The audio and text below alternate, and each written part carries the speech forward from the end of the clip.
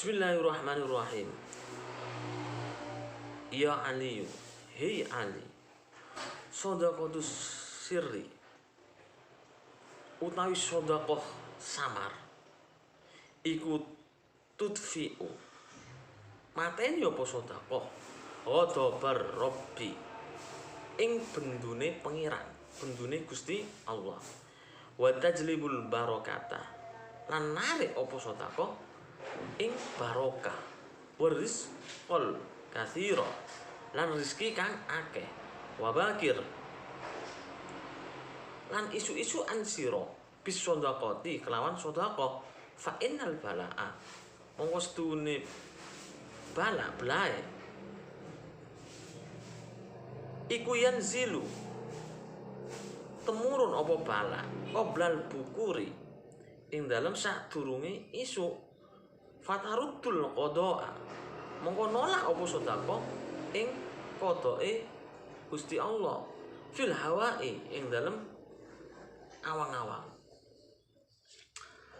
Nasihat ini berbicara tentang sedekah. Artinya begini, wahai Ali, sedekah secara sembunyi-sembunyi dapat meredam murka Allah atau bala, atau bahasa Jawanya belai. Sedekah secara sembunyi-sembunyi dapat mendatangkan berkah dan mendatangkan rezeki yang banyak. Dan bersedekahlah di pagi hari, karena sesungguhnya bencana itu turun sebelum pagi. Maka sedekah itu akan menolak bencana di udara. Ya. Nasihat ini menegaskan bahwasanya keutamaan bersedekah secara sembunyi-sembunyi. Jadi kalau bahasa petuanya itu, kalau tangan kanan ini memberi, jangan sampai ada yang tahu. Jadi kalau kita memberi sesuatu kepada orang lain, jangan sampai kita diketahui orang-orang. Jangan sampai, maksudnya jangan sampai dibicarakan kepada orang lain. Tidak perlu dipublish. Itu maksudnya sembunyi-sembunyi. Jadi kita bersedekah, niatkan karena Allah. Tidak usah niatkan karena si A, si B, atau karena istri, karena keluarga, atau niatkan karena bersedekah karena usaha, karena orang lain, atau karena jabatan. Tapi bersedekahlah secara sembunyi-sembunyi, sekiranya tidak ada orang yang tahu, hanya Allah yang tahu. Maka keutamaan sedekah sembunyi-sembunyi itu akan meredam murka Allah. Keutamaan sedekah secara sembunyi-sembunyi akan mendatangkan berkah, mendatangkan rezeki yang banyak dan barokah. Dan Kanjeng Nabi menegaskan, bersedekahlah di pagi hari, karena bencana itu datang ya sebelum turunnya atau sebelum pagi. Jadi bencana itu datang sebelum pagi. Maka ketika kita bersedekah di pagi hari, maka bencana itu bisa ditolak, atau sedekah yang kita lakukan di pagi hari itu akan menolak bencana di udara. Istilahnya bencana itu akhirnya oleh Allah ditarik karena keutamaan sedekah di pagi hari. Maka dari itu, marilah kita berusaha.